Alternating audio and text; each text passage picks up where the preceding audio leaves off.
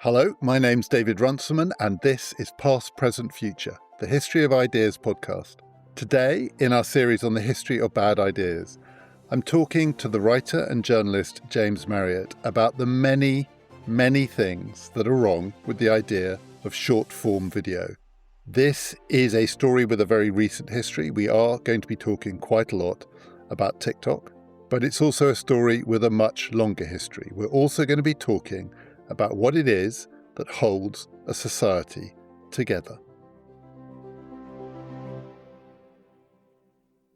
James, before we talk about what's wrong with short-form video, I want to ask you a much broader historical question which relates to things you've been writing about for quite a while now, which is whether you think we are basically in the age of video, in the sense that we have moved from a written word culture to in some sense, a video or a visual even culture. Are we on the cusp of one of those huge shifts? We'll come on to short form video in a moment. That's a smaller question. But are we moving into a different kind of culture of communication? Yes, I totally think we are. And I think one of the things that's worth saying is that this revolution is quite a long one and it's not entirely new. I think people are talking about the age of video and the death of literacy a lot at the moment because of this short form video phenomenon we're going to talk about. I think that story is actually a much longer one, and it begins in the 1950s and the 1960s with the advent of television. If you're talking about a literate culture, I think the golden age of mass literacy is in the first half of the 20th century. That is the closest that society has ever got to, genuine mass literacy, which only arrived at the end of the 19th century with Victorian school reforms, the introduction of compulsory education. And I think arguably it was only the first 30, 40 years of the 20th century in which our culture was overwhelmingly literary one. People read newspapers, detective novels, people were just immersed in the written word. And I think that has been fading. Some people would arguably say even since radio, if we're going to be really nostalgic. That then squeezes it to about 10 years. So the Edwardian period was the... Yeah, exactly. Bring it back. No, I'm not quite that mad. But I think the really serious trends for the rise of a video culture and the beginning of the decline of a reading culture is in the 1960s and the introduction of television. Some of the best data for that apparently comes from the Netherlands, where people were measuring leisure time use. So in the 1960s, in the Netherlands, as TV was introduced, TV viewing rose from about 10 minutes a week to more than 10 hours, I think in about the space of a decade.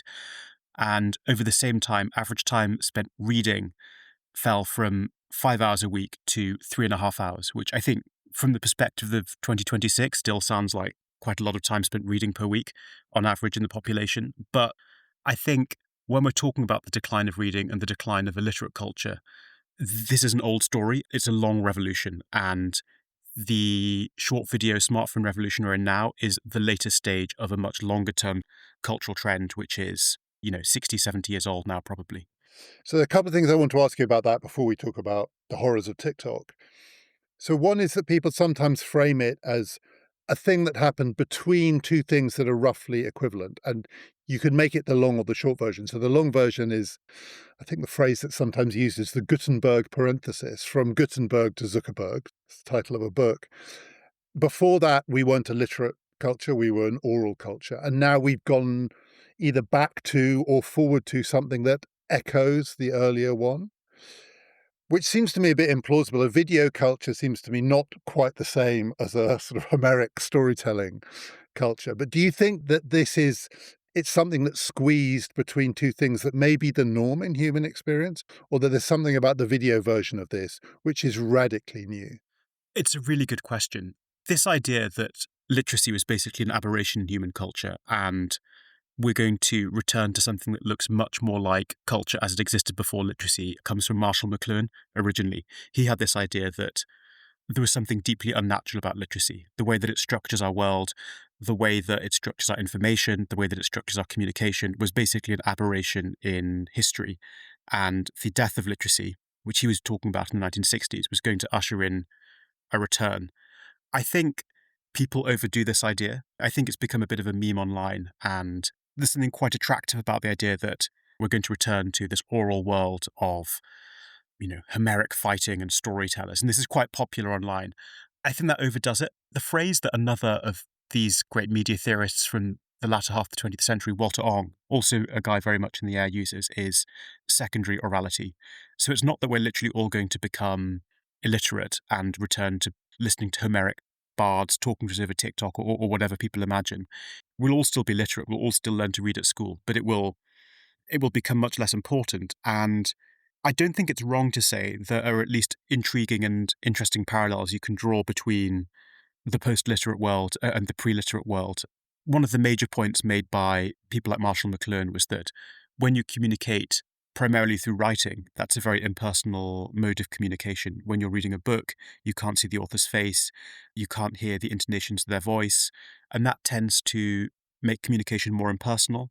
It tends to make it more rational. We think about what we write more than we think about what we say. And I think there are parallels that are, if not exact, at least interesting about the way that when we communicate face to face, we're more emotional. Things like charisma matter more in face to face communication. So there are a number of parallels that are so interesting they're hard to ignore, but the idea can certainly be overdone. And much as I love Marshall McLuhan and Walter Ong and all these guys, I'm not telling anybody that we're going back to Homeric Greece. The other thing I want to ask you for this broader historical story is about not video, but short form reading, because the other thing about that golden age, whether it was 10 years or 50 years or a bit longer, is it was also the age of newspapers. Actually, the vast bulk of the reading that people did en masse was newspaper reading. The golden age, if it was, say, the Edwardian age, was the age of the tabloid, right? It's the age of the Daily Mail. And there has always been a trend ever since people could read to offer them shorter and shorter things to read because it's easier to read when it's shorter, it's quicker. Time magazine was launched in the 1920s basically to say everything you need to know you can read in one lunch break, and it's going to be in this magazine. Now Time magazine seems quite a demanding read insofar as anyone reads it at all, and quite long. But there certainly was a period where before short form video, we had short form reading. And the thing it sounds like you're lamenting is the loss of the time people spend reading books. So is there a length argument to do with the written word that in any way parallels the argument we might be about to have about video culture? Yeah, I think there probably is. You remind me of a brilliant bit in the George Gissing novel New Grub Street, where the villain of that book tires of literary life. They're all toiling away in literary London, and he starts a newspaper that's basically the 19th century BuzzFeed. It consists only of little capitalized headlines of the news telling you preposterous, outrageous items of news and gossip. So that tendency was definitely there in 19th century journalism. I guess the argument that people like Marshall McLuhan make is that there's something in the nature of communication via images that tends to make communication more fragmented. I think there undoubtedly were short form news items in newspapers in the 19th century and the 20th century. That existed alongside a lot of news and journalism, even in tabloid newspapers, that, as you say, looks quite long form to us. And I think fragments of short form text are just not as attractive as fragments of short form video. I think if you look at the relative popularity of Twitter next to TikTok, for instance, Twitter punches above its weight culturally because journalists and politicians are on there. In fact, as social media platforms go, it's basically the least popular mainstream one. And I think reading fragments of short text appeals to some people, but short video, I think, has a real power that short text doesn't have. And I guess the media theoretical argument about that would be that when we express ourselves in words, we're setting out what's in our minds. So we use words to make arguments, present theories, to make connections. It's a much more intellectualized way of understanding the world and communicating. Because images show us the outside world and you can't make arguments with images, they tend much more towards that sort of fragmented presentation of reality. So although, yes, I think you're right to say that there is such a thing as newspapers that give you little fragments of news, I think that is a less powerful part of literary culture than short video is a part of visual culture. And it's also true that in the classic age of the tabloids, I mean, it's going to sound a simplistic thing to say, but the words didn't move, the pictures didn't move, it was static. And I genuinely remember the moment when I thought we'd entered a new world, the first time I saw a newspaper that had video embedded in it, which would have been around the turn of the century, I think. And It made me think of Harry Potter, which was already out. In Harry Potter, as an example that you're in the magical world, in the newspapers, the images move, in the physical newspaper. And thinking, once the images move in the newspaper, these are no longer newspapers. They're bound, however quickly or slowly it happens, they are on a slippery slope to something which is going to be much more visual than language based.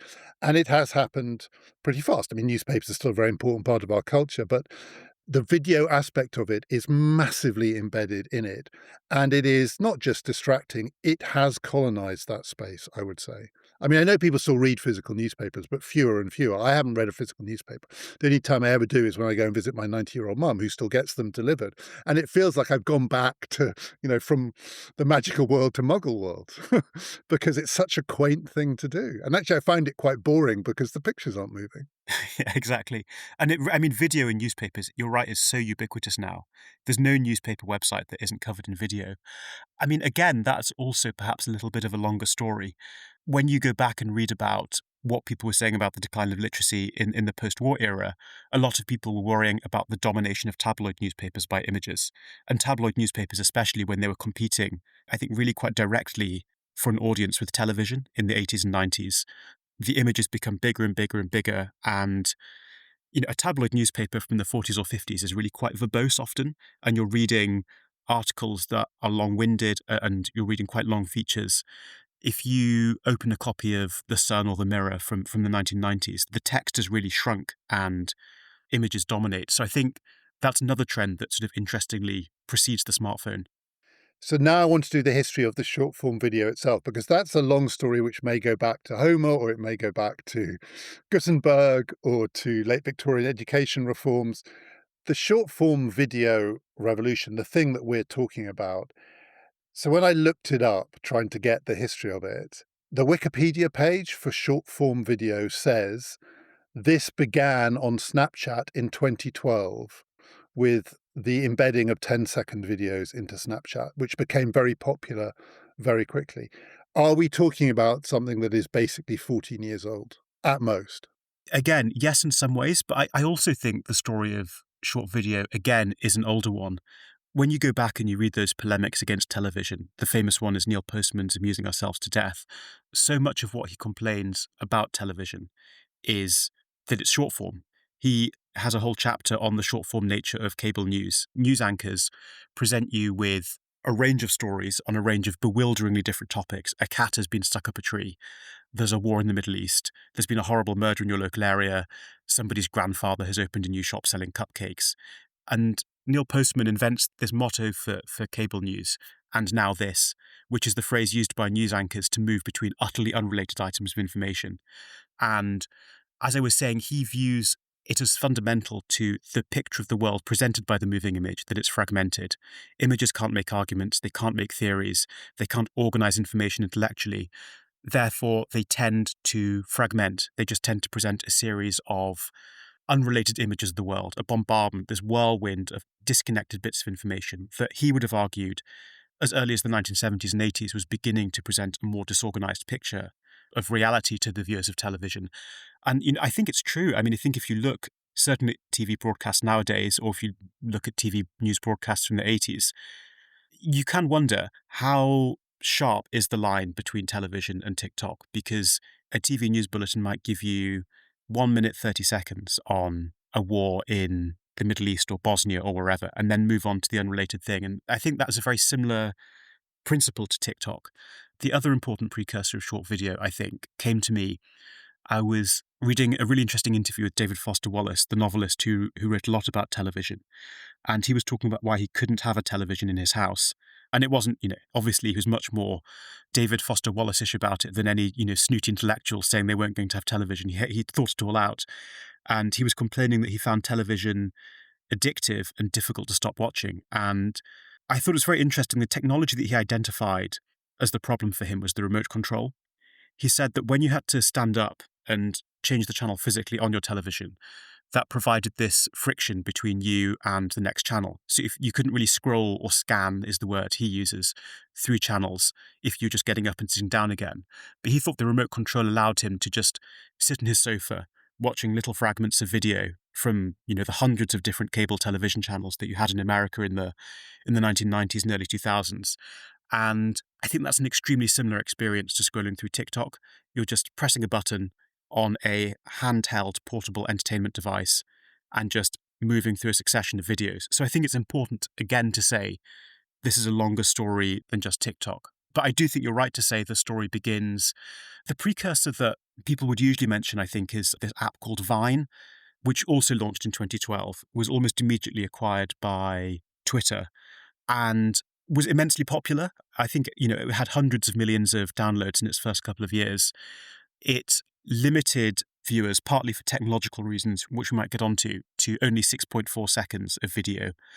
And it didn't have the immensely powerful Twitter algorithm, something else I guess we'll talk about. So it was popular, and I think everybody could see the idea was coming. And I think for a long time in journalism, everyone was talking about this jargon phrase, the pivot to video. Everybody could see video coming. Everyone could see the success of Vine, but the technology didn't quite exist for it.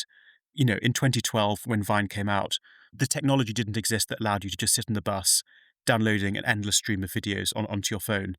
So I think the power of short video was becoming obvious then, but it couldn't take off because of the technological constraints on mobile data to download videos to your phone, memory capacity in phones. So it begins then, but I think that's almost the precursor to the utter deluge of short video that has swamped our world since the end of the 2010s. On that very interesting example that you gave of TV in the 90s, the way it was seen at the time, and then say David Foster Wallace, once you got the advent of cable and the remote control, we've all done it, right? You're actually flicking through, you're not going to give them 6 seconds. You're going to give them, there's a scene in Toy Story where I think Rex the dinosaur just bangs Toy Story 2 trying to get Al's toy barn. And, that's the nightmarish version of it. But something else was happening at the same time as you were speaking. It made me think of it. So you've got the cable news revolution and you've got the talk radio revolution happening at the same time. And I was in America in the late 1990s, and it was the first time I was exposed to listening to Rush Limbaugh. I listened to quite a lot of Rush Limbaugh, and I couldn't believe how long it was. I mean, he would go on for hours and hours and hours about the same thing, and you were longing for him to say, "And here's something else." But no, he was back to his, and you could begin to see even then the divergence of these two cultures. So leaving aside the written word and print, but that more basic level, the oral and the visual. The oral one, I mean, of course, there is radio, which chops, Radio 5 Live sort of moves from story to story. The Today program, which gives you 3 minutes on each story. But talk radio was a huge, and to a lot of people, astonishingly popular phenomenon, and still is. I mean, Joe Rogan is an extension of this. I know it's on video now, but the basic format is the rambling, never-ending 3-hour conversation. So these things were happening at the same time. There's always, in a way, a yin to the yang of as it gets shorter, something else might be getting longer. I think there's some truth in that. I think the rambling nature of talk radio and podcasts is, I think, partly a symptom of a culture in which it's perhaps not that people are maintaining, their attention is shattered in some ways, and yet they retain this enormous attentional capacity to deal with Joe Rogan rambling on for 3 hours or Rush Limbaugh doing the same thing. I think that's probably to do with maybe part of a more similar story about the saturation of our environments with entertainment. And I think it's not necessarily when you listen to Joe Rogan, you're hanging off every single one of Joe Rogan's words. I think you're wandering around the house. I think it's on in the background. I think you tune in and out. And I think almost the extremely verbose, repetitive, rambling nature of those shows allows you to not fully concentrate. So for me, that's almost part of the same story, I think. Yeah, and repetition is the key. The thing I couldn't believe about Rush Limbaugh is not just that it lasted for 3 hours, but he said the same thing 300 times in those 3 hours. And again, this is the fascinating thing. I find all this stuff so interesting, but one of the characteristics that Walter Ong identifies as really characteristic of pre-literate cultures is this very repetitive and rambling style of communication, which is, for the obvious reason that when you speak, you just can't structure your thoughts coherently. So you just tend to have to come back and you have to re-clarify for your audience and try and take multiple attempts at saying the best version of what you can say. You also know if you're making a speech to a large assembly or you're recording a podcast, you're aware that your listeners aren't hanging off your every word, so you're reinforcing the point and coming back. And this idea that you make a point and move on and make the next subsequent logical point and the argument develops linearly, Walter Ong argued, is an invention of the written word. And again, it just fascinates me that he never lived, Walter Ong never lived to see podcasts, and yet his description of communication in oral society is verbosity, repetition, rambling, lack of logical argument. He could be talking about Joe Rogan. It's quite amazing. The example that you gave of David Foster Wallace that we've all done, flicking through using the remote, 100 channels, it's not as though he was flicking through things that were themselves necessarily short. The attention span issue is coming from the consumer here. The people who are producing are then going to adapt their shows in the knowledge that as someone is flicking through, you want to grab them. So it's going to have to be showy and grabby. And you can see that there's a sort of back and forth here that might get a different kind of TV.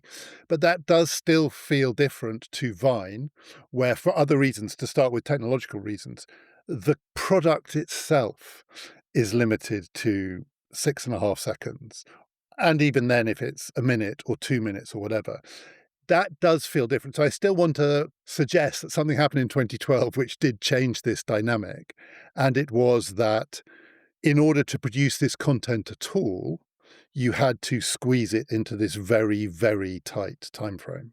Yes, and I think you're totally right. And I love thinking about that sort of longer history of this phenomenon that we can think of as new. But I think it's right that it is a revolution. I think probably in the early days of the internet, it wouldn't have occurred to many people. And I think it probably wouldn't have occurred to even very cynical, money-grubbing television producers that people wanted to watch videos 6 seconds long. I think that's quite a new idea. And I think we had to slightly feel our way towards it. I don't think it's intuitive. I mean, was it effectively an accident? I mean, a technological accident, do you think? It's really interesting. I mean, Vine was limited to 6.4 seconds for technological reasons. It was just hard to give people a succession of, 3-minute long, 4-minute long videos. That was obviously very popular.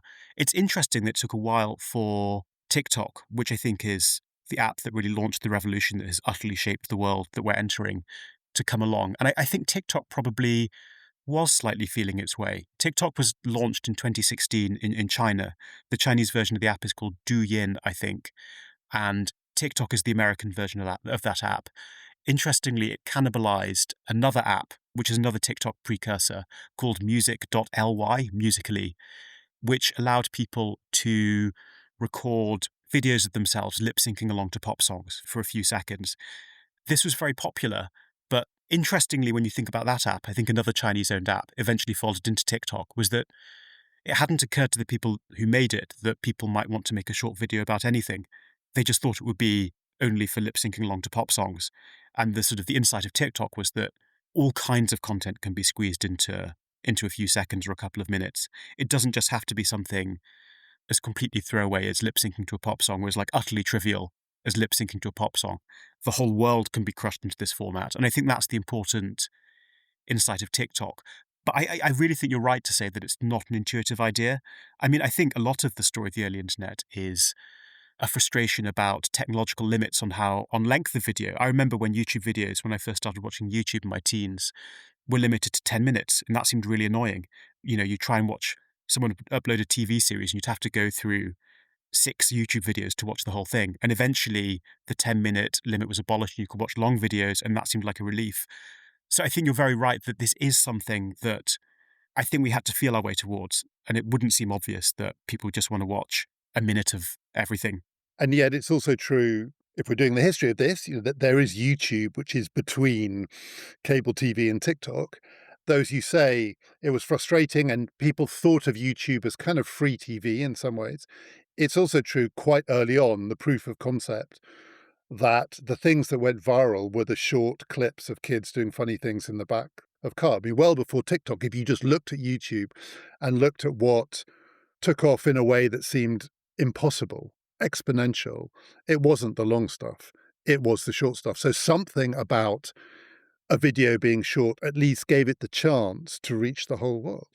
When you put it like that, it seems kind of crazy that it took so long to invent TikTok. But I guess maybe the important point is that I think TikTok is really facilitated by a technological revolution in the middle of the 2010s, which is the move from 3G to 4G, faster mobile data, improved phone memory, the advent of something called edge computing, which I'm not going to pretend that I can explain to you, but is to do with processing data closer to your phone rather than in the cloud, which allows algorithms to work faster. And, I can really remember, I can remember, it's amazing how fast these things move. I can remember when, before I left the house to walk to work at the Times, so really not all that long ago, I would sit on the edge of my bed and I'd think, what podcasts do I want to listen to on the way to work? And I'd download Talking Politics or a few songs, and then I'd have those in my ear as I walked to work, and I had no internet access for that time. And that's not a world in which TikTok can thrive. The world in which everybody is watching videos on their phone requires more powerful technology. And even buffering would be bad for TikTok, because the whole very addictive nature of the app is the flow. It's the utterly smooth experience of scrolling from video to video to video. And this phenomenon of buffering, which is now, I think, almost culturally forgotten, when you used to try and watch a video and a little wheel would come up telling you that it was loading for a few seconds, and then halfway through the video it would pop up again. TikTok would be nothing with buffering, because it would interrupt the flow and it would lack its addictive potential. So I think, yeah, it's that really important technological revolution that means that you can watch video anywhere. And I think probably we've all noticed this. I mean, I remember certainly it struck me with my sort of career-long curiosity about the decline of literacy. I was definitely noticing that people, where I'd once go onto the bus and I'd see people on their phones, but they would be reading the BBC News website, they'd be reading articles. Suddenly, absolutely everybody was watching video. And that, I think, I think TikTok only went properly powerfully mainstream, sort of 2019, 2020. I mean, interesting that overlaps the pandemic as well. But I think that is such a cultural inflection point. And I think there's a bit of an afterlife for the written world online because of those technological constraints. All you could do on the bus was read the Guardian website. And that was a sort of weird Indian summer. And then suddenly this deluge of video almost brought us back into line with that longer historical trajectory that starts in the 60s with television. So there's a sort of, I guess maybe we had a period of aberration where our mobile phones hadn't quite caught up with the sort of universal video trend that I think stretches back to the 60s. So I want to ask you why. I mean, it's a big question, but why it is so addictive. As you said, David Foster Wallace said, I can't have a TV in my house because it's addictive. And the reason it's addictive is I now don't even have to get out of my chair to change channels. So I can flick and flick and flick. But you're flicking and flicking until you find something. And you may find it and then get bored quite quickly and carry on flicking. But you are flicking.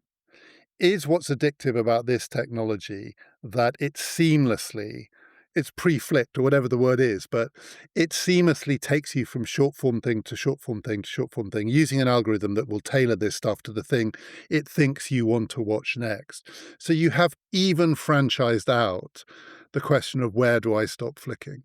Yeah, I think that's absolutely true. And one of the things that people say was a reason that Vine never properly caught on was that Vine didn't have this incredibly powerful AI algorithm that TikTok has to recommend content. On Vine, you'd have to follow people, you'd have to choose what you wanted to see. And TikTok takes that choice out of your hand. I was talking to a friend recently who'd been listening to an interview with somebody in Silicon Valley who said, our dream is for the experience of your phone to be so passive and so lacking in human input that you'll almost just pick up your phone, and without you doing anything, perhaps it will measure your eyes, it will just start feeding you content without you having to even put your finger to go onto the next video. It will just be scanning your eyes. And I mean, that's a properly terrifying vision of the world. So I think the algorithm is very important, and the power of that algorithm, which can predict exactly what you want to watch, and not what you think you want to watch, but what you genuinely want to watch, which is often a little less highbrow than what you might hope you want to watch, from my experience of having briefly downloaded the TikTok app. And I think the other important thing to say is, talking about that move from a literate culture to a post-literate culture, reading is a really unnatural thing to do. Absorbing language through your eyes is, as every neuroscientist of literacy points out, not something that our brains were designed to do. It's an unnatural thing to do, and it takes a lot of, to simplify, cognitive processing power to do it. To look at printed text and turn that into language in your mind is quite hard. And you have to learn how to do it. You don't have to learn how to watch TikTok. You have to learn how to do it. Reading never stops being cognitively taxing. I think also, if you want to be moved or excited by a written text, it requires a lot of concentration. I think you can rarely just pick up a fragment of text and feel moved or excited or angry about it. If you want to really have an emotional connection with a text, it requires you to enter into that text. It requires you to concentrate on it.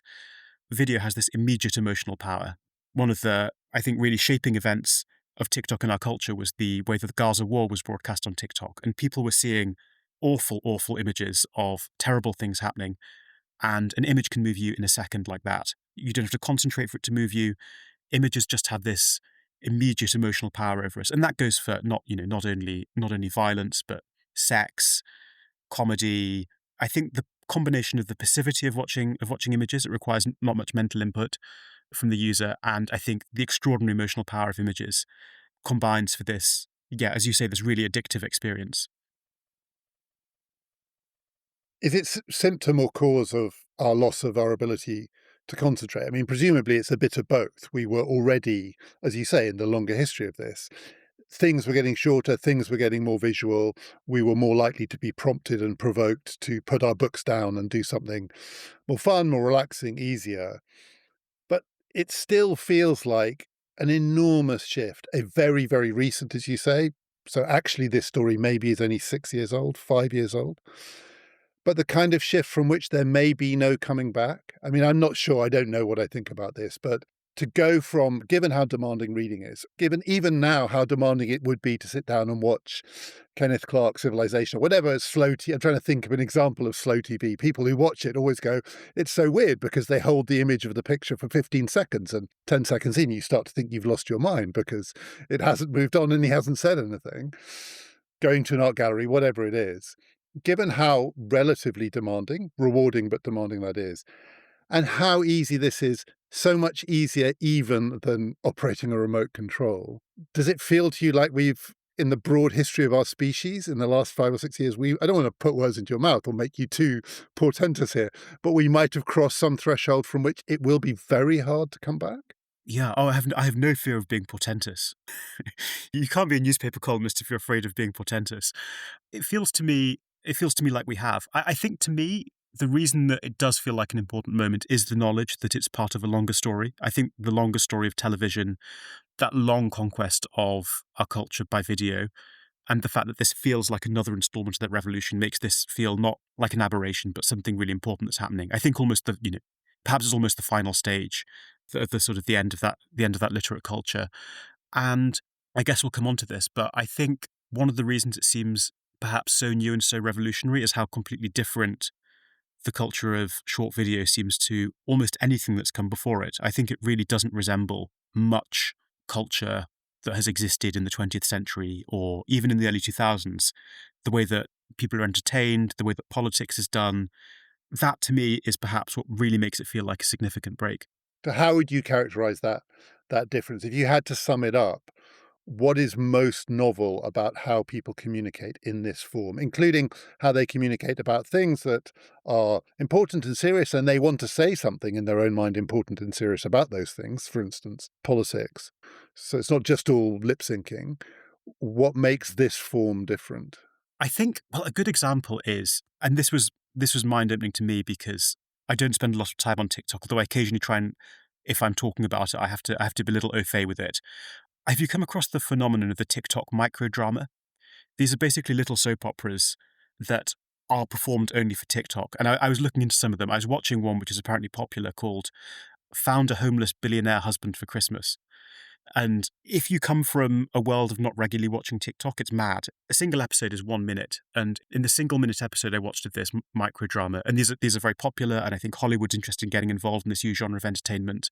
A woman breaks up with her sleazy boyfriend, falls in love with the local homeless man, marries the local homeless man to placate her dying grandmother, whose only wish is to see her granddaughter get married before she finally passes away, and then discovers that her homeless boyfriend is a billionaire CEO in disguise. This happens in a minute, and watching this is unlike any form of entertainment I can think of. It's much more like a film trailer than a film. You get a few fragmentary snatches of dialogue, the camera cuts extremely rapidly, and to me, it just seems absurd. It seems like just the most preposterous thing I've ever seen, and it really does seem like an alien cultural form. The other thing that I think is my favorite example of how weird the culture of TikTok is, and I think this is in a way more representative of what's new about it, is the phenomenon, which I became completely obsessed with, of the AI-generated fruit soap opera. I slightly shamefacedly sent you one of these. Yeah. Oh, I watched it. I couldn't get to the end of it, but I watched it. And I mean, that is the weirdest thing in the world. And this is a genuinely enormous trend. Millions of people have watched these, and they're everywhere if you get into them as I have. And it's very hard for me to even begin trying to describe it. The one I sent to you, so these little soap operatic videos made by artificial intelligence featuring human characters who have fruit or vegetables for heads, and they go through these little dramas of having affairs with each other, having fights, their marriages break up. These fruit-headed characters are often, it sounds weird to say, quite sexualized. And so the one I sent you was this utterly bizarre one of a man, a sort of very overtly heterosexual man with a tangerine for his head, expelling his gay son from his house, becoming furious with his daughter for her relationship with someone at school, and they all have fruits for their head. He screams with his anger, all the windows in the house smash, and then in the final scene, he enters the bathroom of his house and Abraham Lincoln is snogging his wife, and his wife also has a piece of fruit for her head.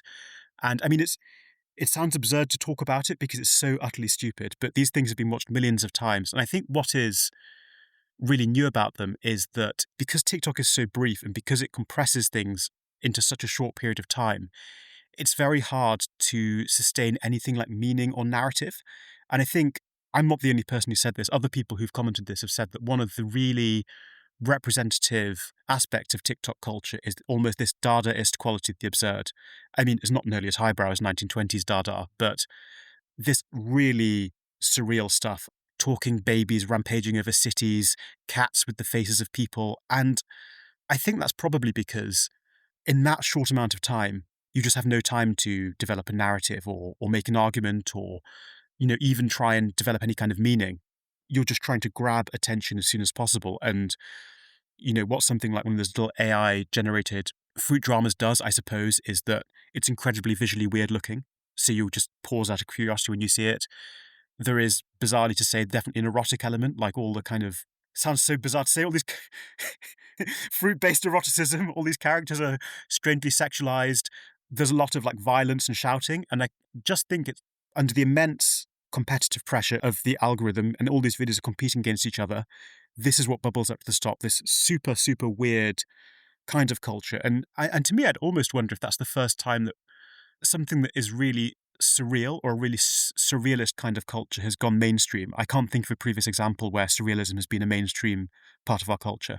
The one you sent me, the reason I had to start watching it is nothing to do with the visuals. It was so relentlessly shouty. I mean, it was, they started shouting and then the sort of temperature went up. There wasn't a moment of reflection in this. You realise this is what other people are doing on their phones on the bus. This is why it's so loud and annoying. But you've also described the other key technological innovation here. So this is partly about if it's possible, it will happen. And if it will happen, people will get addicted to it. But it's quite hard for it to become possible. Not only did the phone, the 4G, 5G technology have to improve so that these could be long enough and accessible enough, but then, and this is a 2-year-old story, I would say, the advent of new, easily downloadable AI tools means that the visual possibilities have suddenly become limitless. But very quickly, to animate that fruit-based erotic shouty drama for a minute, sort of 100 years ago would have taken a team of people at Disney. 20, 30 years ago, you could have done it on a computer. But now it's the work of a second. And that's the other thing that's come together here. There are no barriers to entry for even complicated, surreal, in its way, highly visually sophisticated short-form entertainment. You and I could do it now. Let's do it. Let's permanently alienate all the listeners to past, present, future. No, I think that is a really good point, and I think it would be wrong to say this is everything on TikTok. But I think this strain of surrealism is a pronounced part of the culture of short video. And as you say, it's fascinating that the tools that enable it have come along at just the right time. And there are so many examples of bizarre AI-generated videos out there, more or less realistic. I think that's a really good point. So can you explain something to me about our video culture, short form video culture, but more broadly video culture world, which is the ubiquity of subtitles? So if we have moved beyond reading, and I'm sure you've got an answer to this, I don't think it's a deep puzzle, but it's a bit of a puzzle. Why, in almost all cases, not every case, but in almost all cases, does the video come with the written to be read version underneath, even if it's just a few words? But more often, if you go to the New York Times website, you look at the front page, it will either have Ross Douthat or Ezra Klein's latest podcast, and they'll have clipped it to 3 minutes. And interestingly, in the recent one that Helen Lewis did with Ezra Klein, the 3 minutes were exclusively Ezra Klein talking and Helen Lewis sitting in silence as he mansplained to her about the experience of women in the 21st century. But it was also subtitled, and the default is to subtitle it. What is that about? I would say that it's probably as simple as we live in a world in which we're being entertained in 7 different ways at once, and people may be scrolling TikTok while listening to Spotify, for instance. Certainly on television, television subtitles are so popular because people are looking at their phones and looking at the TV screen, and I think often maybe even playing things out loud on their phones as they watch television. So I just think, I mean, I guess if you to make an analogy with the repetitious nature of oral culture, you have to communicate the message repetitively to make it go in. And in this case, it's a sort of simultaneous repetition. If the person isn't listening to it, they can see it. If they've tuned out because they're listening to something else, they can read it. If they're not reading it because they're watching something else, they can listen to it. So I think it's probably just that our attention is so divided. The message has to be reiterated as much as possible to make sure it gets in somehow, would be my guess. And are you unpersuaded by the argument that some people make, which is all human life is here? So, yes, there is a lot of fruit based soap opera action, but there is also book talk, just to coin an awful phrase. And I don't know whether it's encouraging people to read books who might otherwise not read books, but the content, some of it at least, even though it is short form, is relatively serious. And some of it might be informative and some of it might be provocative and some of it might be stimulating. And no, it's not the same as reading, but it's not all pap. You could sort of persuade me maybe about 10% of the way there. I'm a little bit of a book talk skeptic. I've never experienced book talk, so I talk about this thing. You shouldn't talk about things that you have no knowledge of. I'm just aware there is a thing called book talk. I think book talk gets repeated a lot in newspapers because it is an aspect of that sort of bizarre, incomprehensible TikTok culture that makes sense to newspaper readers. So you'll read about it in The Guardian, and The Times will do a feature on book talk. It's actually a very, very, very small part of TikTok. I don't really think it would be true to say that's a major strand of what people are doing on TikTok. I'm sure there are some worthwhile TikTok videos. I mean, it would be absurd to say there are none, but to me, the rise of TikTok and the rise of the kinds of content that you see in TikTok, some of which we've talked about, just feels like such a vindication of that famous Marshall McLuhan idea that the medium is the message. The way you communicate determines what you can communicate. And, Neil Postman picked this idea up and amusing ourselves to death that television didn't seem to be very good at making complex arguments, developing sophisticated ideas, telling complex multi-layered stories in the way that a novel might be able to, for instance. And it seems pretty obvious to me from my experience of watching TikTok that there are certain kinds of information that are just not going to get communicated here. I've never watched a TikTok in which somebody makes a complicated economic argument, for instance, or in which someone really sophisticatedly explains history to me.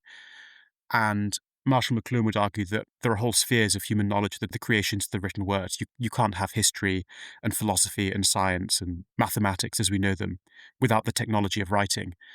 And this seems to vindicate to me that when you look at short videos, these things don't exist in that world. You don't get sophisticated history, you don't get sophisticated economics. And what you do get is highly visual. As we've been saying, those fruit videos are a bit of a silly example, but I think a telling one because it shows that what works to capture people's attention for a few seconds is generally rage, sex.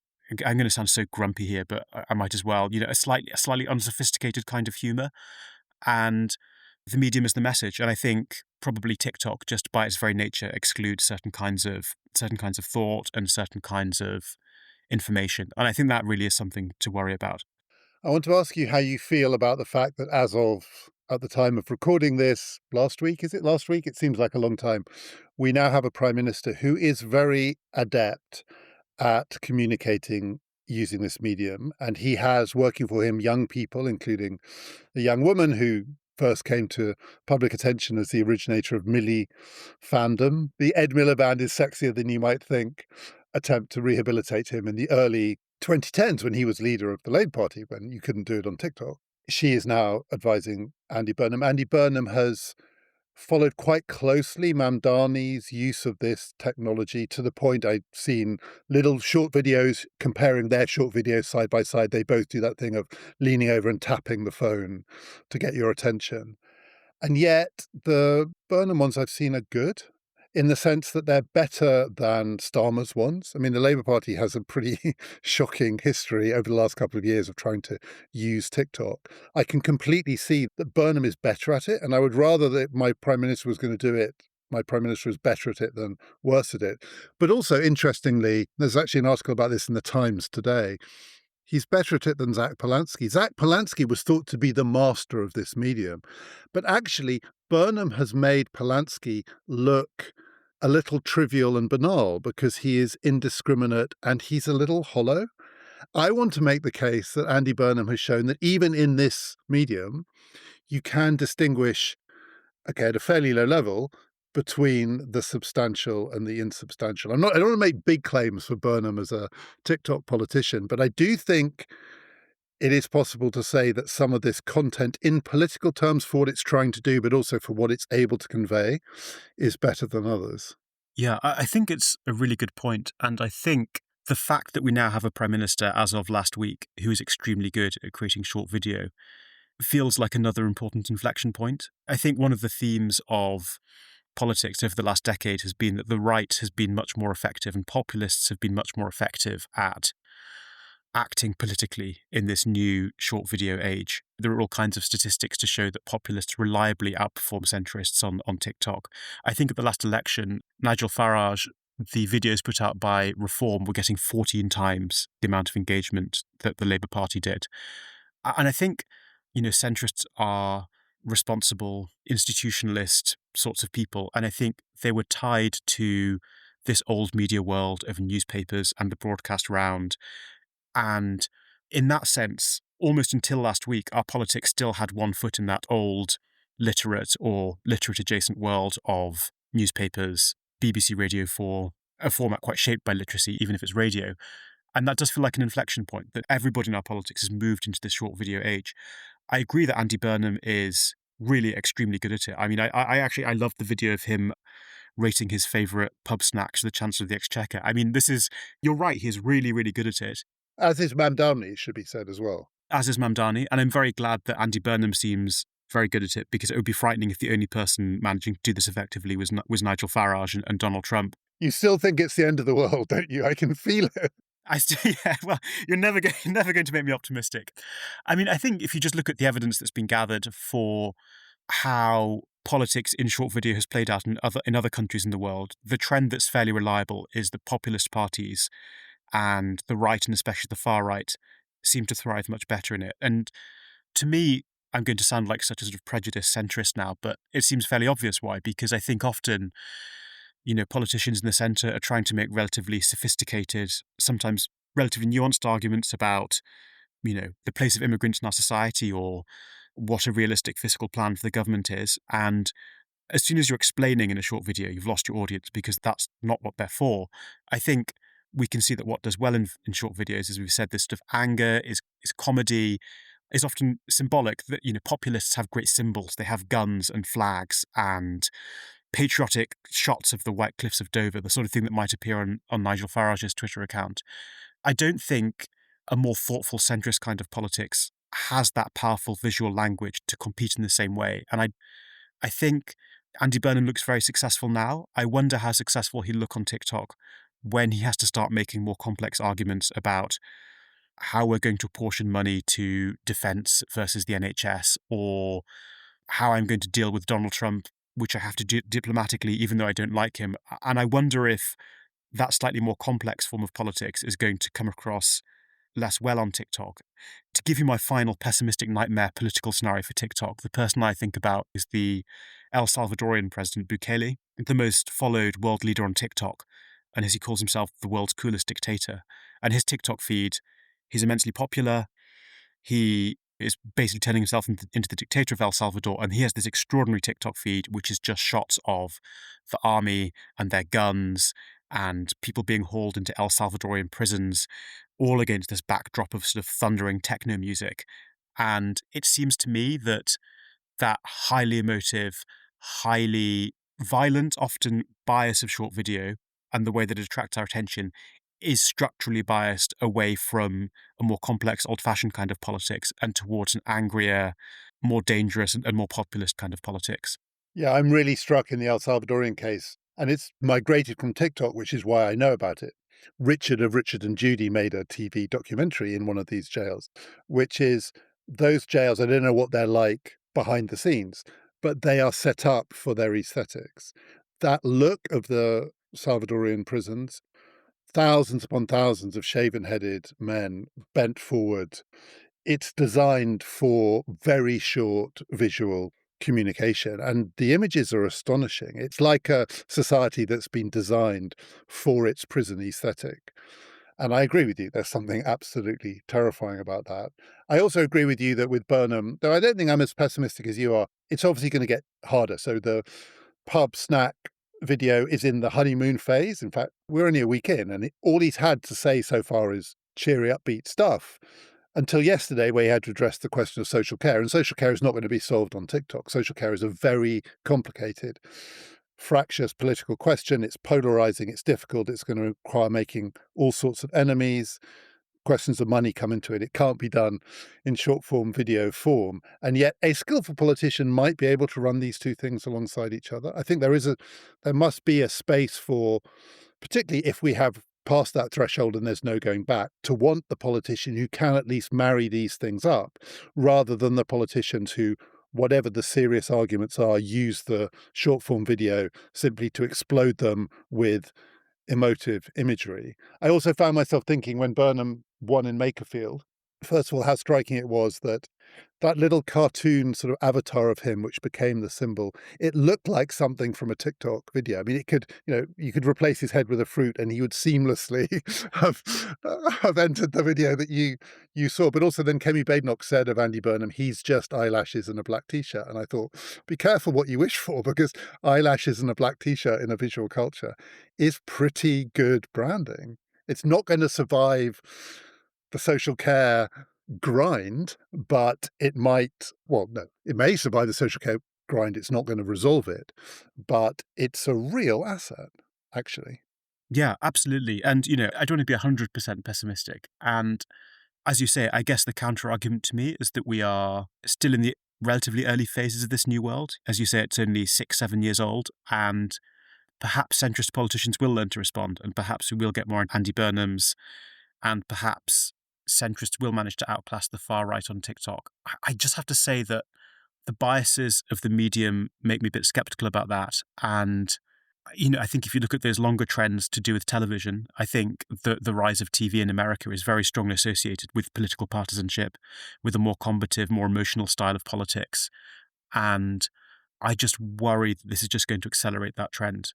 And there may be victories along the way, but I find it hard to feel optimistic about that new kind of short video politics. That's even before you think about the way that politicians aren't held to account on TikTok in the same way they are on the Today programme. Nobody gets a right of reply after a Nigel Farage video or an Andy Burnham video. Those all seem like melancholy trends for our politics, but I'm aware that I shouldn't be too much, well, it's too late now, but I must at least occasionally try to moderate my doomsaying. And then one last question, which is to take us back to where we started. And do you believe that essentially reading is not coming back, except as a quaint minority pursuit? Mass literacy culture is over. Yes, I think it basically is. I mean, I'd be interested in what you think. My perspective would be that if I can see a future for reading, I think it might be one that's already emerging, which is that the analogy that people always use is the rise of junk food in the 60s and 70s made a lot of people very fat. It also precipitated the beginnings of the modern exercise cult. People started running marathons and lifting weights. And I think among concerned middle-class people who've become worried about their cognitive health and things we haven't spoken about, but the effect of smartphone use and short video on declining IQ scores, on declining test scores, I think there's a future emerging for reading in which it's treated a little bit like marathon running, and people are making a conscious effort to read a book for their cognitive health. I think that will limit it to middle-class people who have the time and the information and the money for those behaviors, in the same way that I think marathon running is a pretty middle-class thing. So yeah, if it has a future, I think that's its future. I don't know, are you as completely pessimistic as me? I genuinely don't know. I mean, I find myself thinking, there are two things going on. There will be a hunger for alternatives to this as this becomes ubiquitous, this being this short form video culture. And you can resist it. I've pretty successfully resisted, but my children, who, like many people, many young people, they know the harms of it, but it's harder and harder to resist it, to avoid it. It requires so much more of a conscious effort. But in order to push back against it, one of the things that people may long for is more human contact, more human interaction. There's something inhuman about it. And the trouble with reading is also cold and inhuman. As you said, it's not just it's hard work. You can have amazing human experiences reading once you've got into it and you're halfway through your great Victorian novel and you've never felt so connected to the people that you're reading about. But the immediate experience of confronting words on a page is alienating. And we all find it now, even those of us who grew up reading, and people who grew up in this culture find it even more alienating. So there is that huge barrier to overcome. And there is something between reading and short form video, which is experiencing things live in various different forms. And that is more like a return to an oral culture. One to people, literary festivals are enormously popular, even as people have stopped reading books. And the books are almost secondary to the event itself. I would imagine, but of course, people will still read books. You will read books, I will read books. And not just because it's like running a marathon, because it's amazing. And there are audiobooks as well, which is a slightly more human version of it.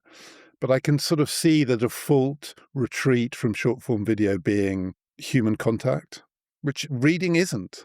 I think that's a very good point. And I think also another distinctive thing about short video is that people don't like it. People love television. And I think if you're trying to write a polemic against television in the 1980s or the 1990s, and if you're Neil Postman, a lot of people are going, hang on, we love The Simpsons.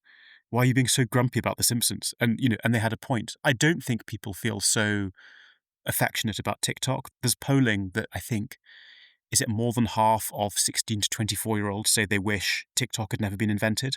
I don't think you could ever have produced a polling number like that for television. So perhaps that negative sentiment is something. I was actually Googling the other day. I was wondering, am I just wrong about this? So I was Googling, I love TikTok, and trying to find, I mean, that's a bit generic, but I was sort of trying to find people who were online saying, I just love watching TikTok, in the same way that I think you would have people who say, I love watching TV. Oh, I happily say I once was at a sort of high table academic dinner and I was saying I've had enough of academic life. And they said, well, what do you want to do? I said, I just want to watch more TV. And though it did produce a certain amount of shock and outrage, I felt very comfortable saying it. If an academic said, I want to spend more time on TikTok, you would worry for their sanity. Yeah, you'd think they were mad. So maybe, yeah, I think that negative sentiment is a sign that people maybe would open to change. Let's end on a note of very, very cautious semi-demi optimism.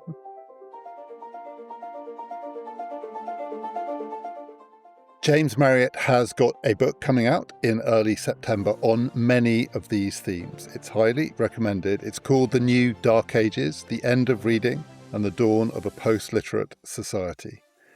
Next time, as we come to the end of this series of the history of bad ideas, I'm going to be talking to the neurologist, Suzanne O'Sullivan, about the problem with living in an age in which there is just too much medical diagnosis. That's next time.